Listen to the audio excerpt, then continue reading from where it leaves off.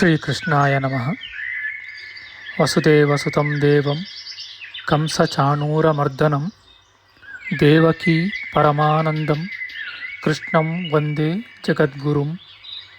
ಬ್ರಹ್ಮಸ್ಥಾನ ಸರೋಜಮಧ್ಯವಿಲಸತ್ ಚೀತಾಂಶುಪೀಠಸ್ಥಿತಂ ಸ್ಫೂರ್ಜತ್ಸೂರ್ಯರುಚಿಂ ವರಾಭಯಕರಂ ಕರ್ಪೂರಕುಂದೋಜ್ವಲಂ ಶ್ವೇತಸ್ರಗ್ವಸನಾನುಲೇಪನಯುತಂ ವಿದ್ಯುದೃಚಾ ಕಾಂತಯ ಸಂಶ್ಲಿಷ್ಟಾರ್ಧತನುಂ ಪ್ರಸನ್ನವದನಂ ವಂದೇ ಗುರುಂ ಸಾದರಂ. ಶ್ರೀಗುರುಭ್ಯೋ ನಮಃ. ಲಂಬೋದರಂ ಪರಮಸುಂದರಮೇಕದಂತಂ ರಕ್ತಾಂಬರಂ ತ್ರಿನಯನಂ ಪರಮಂ ಪವಿತ್ರಂ ಉದ್ಯದ್ದಿವಾಕರ ಕರೋಜ್ವಲಕಾಯಕಾಂತಂ ವಿಘ್ನೇಶ್ವರಂ ಸಕಲವಿಘ್ನಹರಂ ನಮಾಮಿ.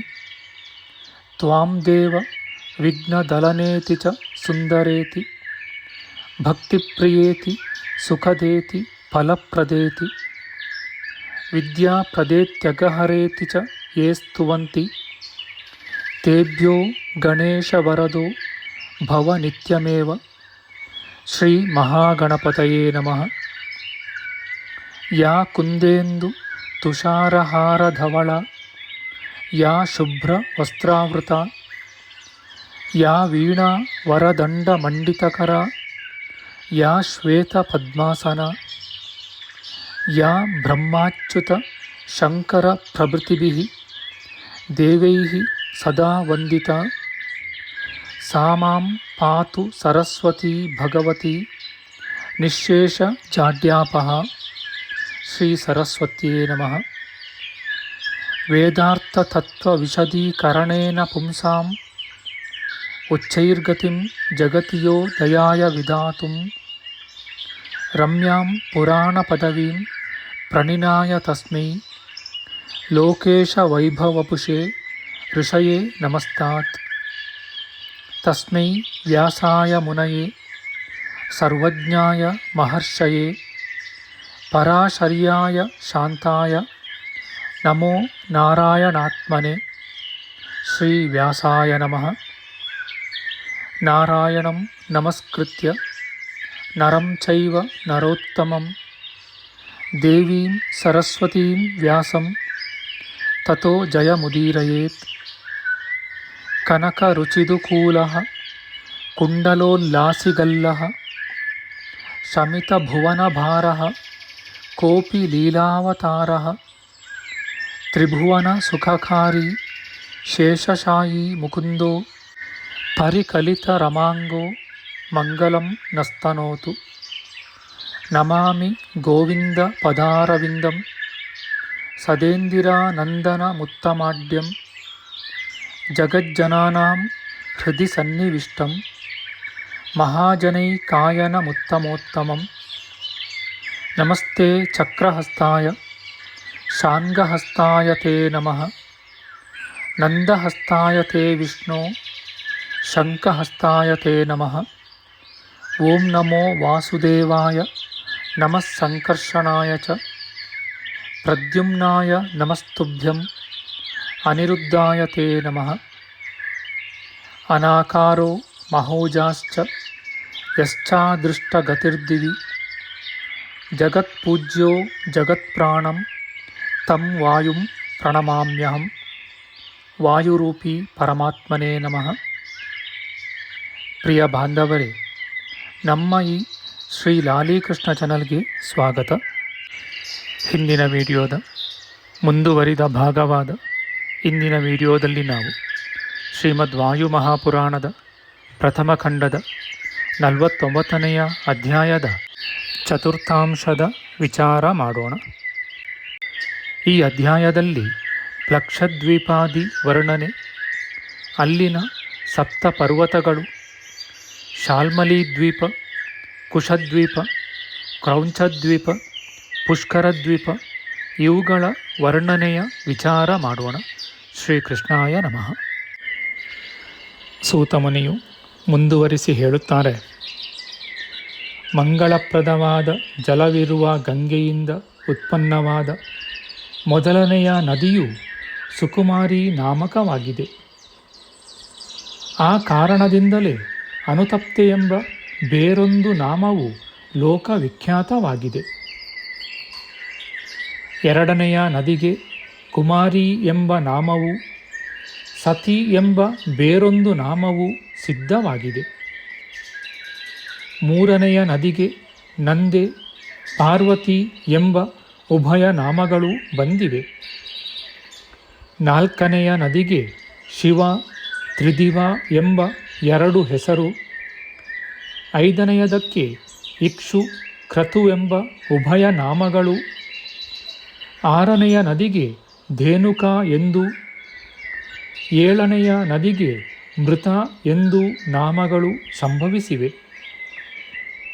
ಈ 7 ನದಿಗಳು ಗಂಗೆಯ ಉಪನದಿಗಳಾಗಿ ಅನೇಕ ನಾಮಗಳಿಂದ ಶಾಖದ್ವೀಪದಲ್ಲಿ ಸಂಚರಿಸಿ ತಮ್ಮ ಪವಿತ್ರವಾದ ಜಲದಿಂದ ಆ ದ್ವೀಪವಾಸಿಗಳಾದ ಪ್ರಜೆಗಳನ್ನು ಪೂತರನ್ನಾಗಿ ಮಾಡುತ್ತಿವೆ.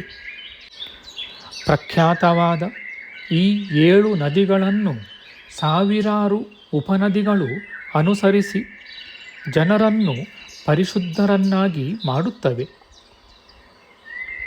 ಆ ನದಿಗಳ ಪ್ರವಾಹವು ಎಲ್ಲೇ ಮೀರಿ ಮಳೆ ಬೀಳುವ ದೇಶಗಳಲ್ಲಿ ಹರಿದು ಸಮುದ್ರವನ್ನು ಸೇರುವವು. ಸಾವಿರಾರು ಸಂಖ್ಯೆಗಳು, ಅತಿ ಪರಿಶುದ್ಧಗಳು, ಅತ್ಯುತ್ತಮಗಳೂ ಆದ ಆ ನದಿಗಳ ನಾಮಗಳನ್ನು, ವಿಸ್ತಾರವನ್ನು ನಿರೂಪಿಸುವುದು ಅಶಕ್ಯವಾಗಿವೆ. ಶಾಖದ್ವೀಪದ ಜನರು ಪವಿತ್ರಗಳಾದ ಆ ನದಿಗಳ ಜಲದಲ್ಲಿ ಸ್ನಾನ ಪಾನಾದಿಗಳನ್ನು ಮಾಡಿ ನಿತ್ಯ ತುಷ್ಟರೂ ಗತಪಾಪಿಗಳೂ ಆಗುವರು. ಎಲೆ ಶಾಂಶಪಾಯನ ಮುನಿಯೇ, ಆ ಶಾಖದ್ವೀಪವು ಅತಿ ವಿಸ್ತೀರ್ಣವಾಗಿಯೂ ಚಕ್ರಾಯುಧದಂತೆ ದುಂಡಾಗಿಯೂ ನದೀ ಜಲದಿಂದ ಸಮೃದ್ಧವೂ ಪವಿತ್ರವೂ ಆಗಿಯೂ ಮೇಘದಂತೆ ಅತ್ಯುನ್ನತಗಳಾದ ಪರ್ವತಗಳಿಂದ ಮಂಡಿತವಾಗಿಯೂ ಇದೆ. ಮತ್ತು ಸರ್ವಧಾತುಗಳಿಂದ ಚಿತ್ರಿತವೂ ರತ್ನಗಳು, ಹವಳಗಳು ಇವುಗಳಿಂದ ಅಲಂಕೃತವೂ ವಿವಿಧಾಕಾರಗಳೂ ಆದ ನಗರಗಳಿಂದ ಭೂಷಿತವೂ ಪೂರ್ಣವಾದ ದೇಶಗಳಿಂದ ಸಹಿತವೂ ಆಗಿದೆ. ಆ ಶಾಖದ್ವೀಪದಲ್ಲಿ ಫಲ ಪುಷ್ಪಗಳಿಂದ ಪೂರ್ಣವಾದ ನಾನಾ ಫಲ ವೃಕ್ಷಗಳು, ಧನ ಧಾನ್ಯಗಳ ಸಮೃದ್ಧಿಗಳೂ ವಿಶೇಷವಾಗಿವೆ. ಆ ಶಾಖದ್ವೀಪವನ್ನು ಕ್ಷೀರಸಾಗರವು ಆವರಿಸಿಕೊಂಡಿದೆ. ಈ ಕ್ಷೀರಸಾಗರವೂ ಕೂಡ ಶಾಖದ್ವೀಪದಷ್ಟು ವಿಸ್ತಾರವಾಗಿದೆ.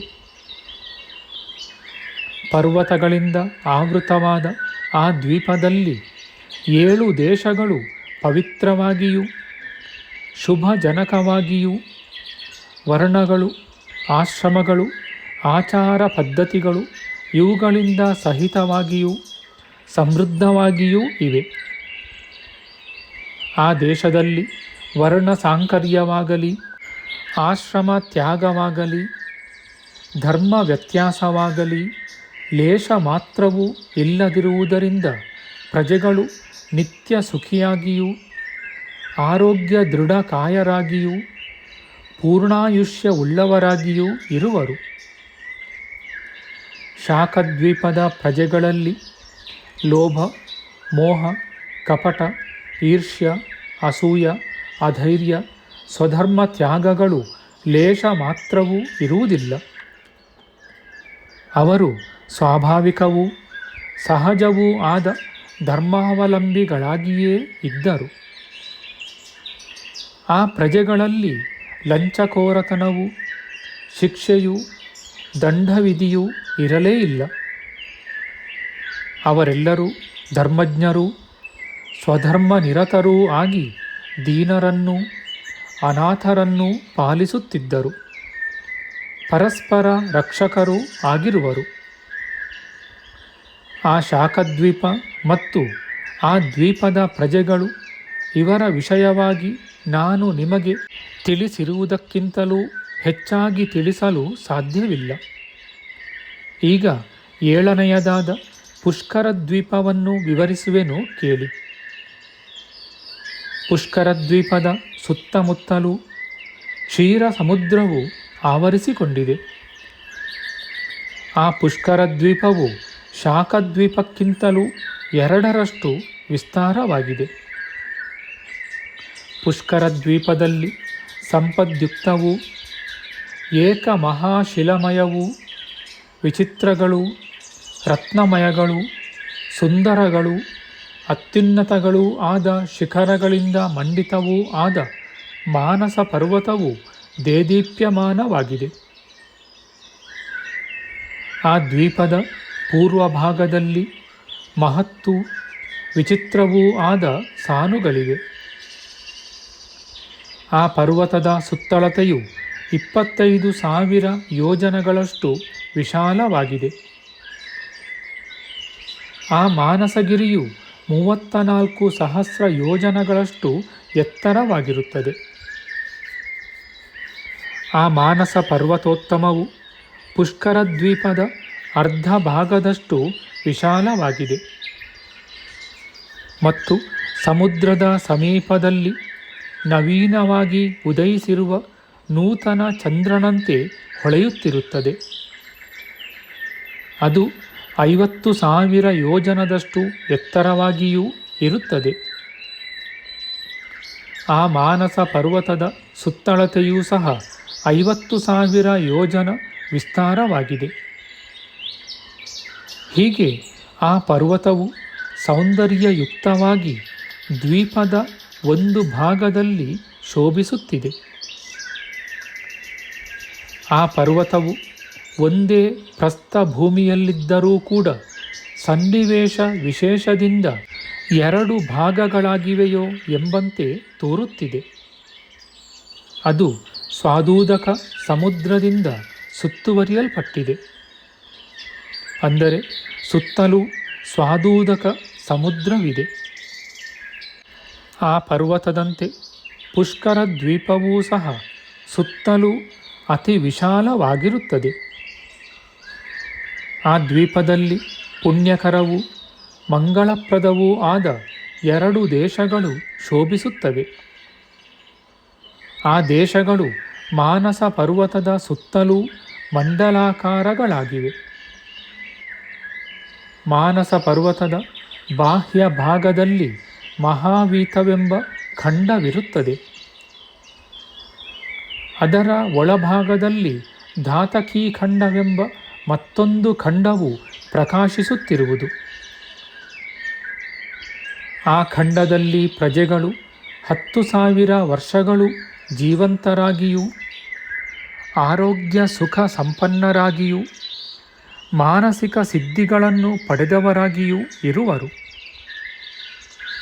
ಮಹಾವೀತ ಧಾತಕಿ ಎಂಬ 2 ಖಂಡಗಳ ಜನಗಳಿಗೆ ಆಯುಸ್ಸು ರೂಪವು ಒಂದೇ ಸಮನಾಗಿರುವವು. ಅವರಲ್ಲಿ ಉತ್ತಮಾಧಮ ಭಾವವು ಇರುವುದಿಲ್ಲ. ಅವರೆಲ್ಲರೂ ಸೌಂದರ್ಯ ಸ್ವಭಾವಗಳಿಂದ ಸಮನಾಗಿರುವರು. ಆ ದೇಶದಲ್ಲಿ ವಂಚಕರು, ಅಸೂಯೆಯುಳ್ಳವರು, ಚೋರರು, ರೋಗಾದಿಗಳ ಭಯವು, ಪ್ರಾಣಿ ಹಿಂಸೆಯು, ಶಿಕ್ಷೆಯು, ಲೋಭವು, ಬಲಾತ್ಕಾರದಿಂದ ಪರಸ್ತ್ರೀ ಪರಿಗ್ರಹವು ಇವುಗಳು ಲೇಷ ಮಾತ್ರವೂ ಇರುವುದಿಲ್ಲ. ಶಾಖದ್ವೀಪದ 2 ವರ್ಷಗಳಲ್ಲಿಯೂ ಸತ್ಯಾನೃತಗಳು, ಧರ್ಮಾಧರ್ಮಗಳು, ವರ್ಣಾಶ್ರಮಾಚಾರಗಳು, ಪಶುಪಾಲನೆಯು, ವ್ಯಾಪಾರವು, ವೇದತ್ರಯಗಳು, ದಂಡನೀತಿ, ಪರಸೇವೆ, ಹಿಂಸೆ ಇವೇ ಮೊದಲಾದವುಗಳು ಸರ್ವದಾ ಇಲ್ಲವು.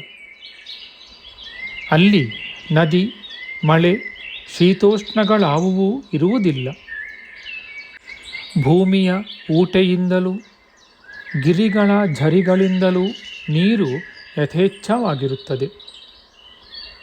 ಉತ್ತರ ಕುರುದೇಶದ ಜನರಂತೆ ಈ ಖಂಡದ ಜನರೂ ಸಹ ಬಹುಕಾಲ ಜೀವಿಸುವರು. ಆ ಜನರು ನಿತ್ಯ ಸುಖಿಗಳು, ಜರಾಮರಣ ವರ್ಜಿತರೂ ಆಗಿರುವರು. ಹೀಗೆ ಪುಷ್ಕರ ದ್ವೀಪದಲ್ಲಿರುವ ಧಾತಕಿ, ಮಹಾವೀತವೆಂಬ 2 ಖಂಡಗಳಲ್ಲಿಯೂ ಇರತಕ್ಕ ಸಕಲ ವಿಷಯಗಳನ್ನು ನಿಮಗಾಗಿ ಯಥಾಸ್ಥಿತವಾಗಿಯೂ ಕ್ರಮವಾಗಿಯೂ ನಿರೂಪಿಸಿರುತ್ತೇನೆ. ಪುಷ್ಕರ ದ್ವೀಪವು ಸ್ವಾದೂದಕ ಸಮುದ್ರದಿಂದ ಆವೃತವಾಗಿದೆ. ಧಾತಕಿ ಖಂಡ, ಮಹಾವೀರ ಖಂಡವೆಂಬ 2 ಖಂಡಗಳು ಪುಷ್ಕರ ದ್ವೀಪದಂತೆಯೇ ಸರ್ವ ವಿಷಯಗಳಲ್ಲಿಯೂ ಸಮನಾಗಿಯೇ ಇರುತ್ತವೆ. ಅವುಗಳಿಗೆ ಅನೇಕ ಭಾಗಗಳಲ್ಲಿ ಹೋಲಿಕೆ ಇದೆ. ನಮ್ಮ ಮುಂದಿನ ವಿಡಿಯೋದಲ್ಲಿ ನಾವು ಶ್ರೀಮದ್ ವಾಯು ಮಹಾಪುರಾಣದ ಪ್ರಥಮ ಖಂಡದ 49ನೆಯ ಅಧ್ಯಾಯದ ಪಂಚಮಾಂಶದ ವಿಚಾರ ಮಾಡೋಣ. ಆಧ್ಯಾತ್ಮಿಕ ಚರ್ಚೆ ಮತ್ತು ವಿಚಾರ ವಿನಿಮಯಕ್ಕಾಗಿ ಶುರು ಮಾಡಿದ ಈ ಚಾನಲ್ನಲ್ಲಿ ನಾವು ಅಪ್ಲೋಡ್ ಮಾಡುವ ಎಲ್ಲ ವಿಡಿಯೋಗಳನ್ನು ಸಂಪೂರ್ಣವಾಗಿ ನೋಡಿ ನಿಮ್ಮ ಸಲಹೆಗಳನ್ನು ಕಮೆಂಟ್ ಬಾಕ್ಸ್ನಲ್ಲಿ ಬರೆಯಿರಿ. ಈ ಚಾನಲ್ಗೆ ಸಬ್ಸ್ಕ್ರೈಬ್ ಮಾಡಿ ಹಾಗೂ ಬೆಲ್ ಬಟನ್ ಒತ್ತಿ ನಾವು ಹಾಕುವ ಎಲ್ಲ ವಿಡಿಯೋಗಳನ್ನು ನೋಡಿ ಪ್ರೋತ್ಸಾಹಿಸಿ. ಕೃಷ್ಣಂ ನಾರಾಯಣಂ ವಂದೇ ಕೃಷ್ಣಂ ವಂದೇ ವ್ರಜಪ್ರಿಯಂ ಕೃಷ್ಣಂ ದ್ವೈಪಾಯನಂ ವಂದೇ ಕೃಷ್ಣಂ ವಂದೇ ಪೃಥಾಸುತಂ. ಶ್ರೀಕೃಷ್ಣಾಯ ನಮಃ.